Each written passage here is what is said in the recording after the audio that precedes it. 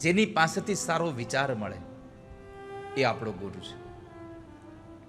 ઘણી વખત લોકો કહેતા હોય છે કંઠી બાંધી એને ગુરુ કહેવાય. ખાલી કંઠીથી બાંધી દે એને ગુરુ ન કહેવાય. કંઠી બાંધ્યા પછી તમને જીવનમાં મુક્ત કરી દે એને ગુરુ કહેવાય. તમને જીવન જીવવાની મુક્તમાં આમ આમ આમ તમને હળવાશ આપી દે.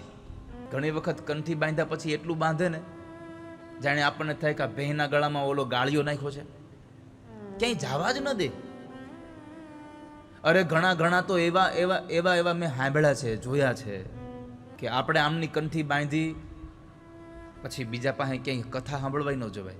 આવા લોકો ઊભા થયા છે. હવે મારે તો એ કહેવું છે કે તમે તમારી પાસે આવેલા એ માણસને કંઠી બાંધીવાના નામે તમે ખાલી એક તમારી જ જોકમાં બાંધી રાખવાનો વાત કરો છો ને, બીજે ન જ જવું જોઈએ આવી વાતો કરો છો ને, તો આ સંસારમાં તમારાથી બીજો વધારે કોઈ નાસ્તિક નથી આ દુનિયામાં. સંસારના માણસોને છૂટછાટથી રહેવા દો. એ મન ભરીને જીવી શકે એવું કંઈક કરો. કંઠીઓ બાંધીને એને બાંધવાની જરૂર નથી. એને મુક્ત થવા દો, એને ફરવા દો.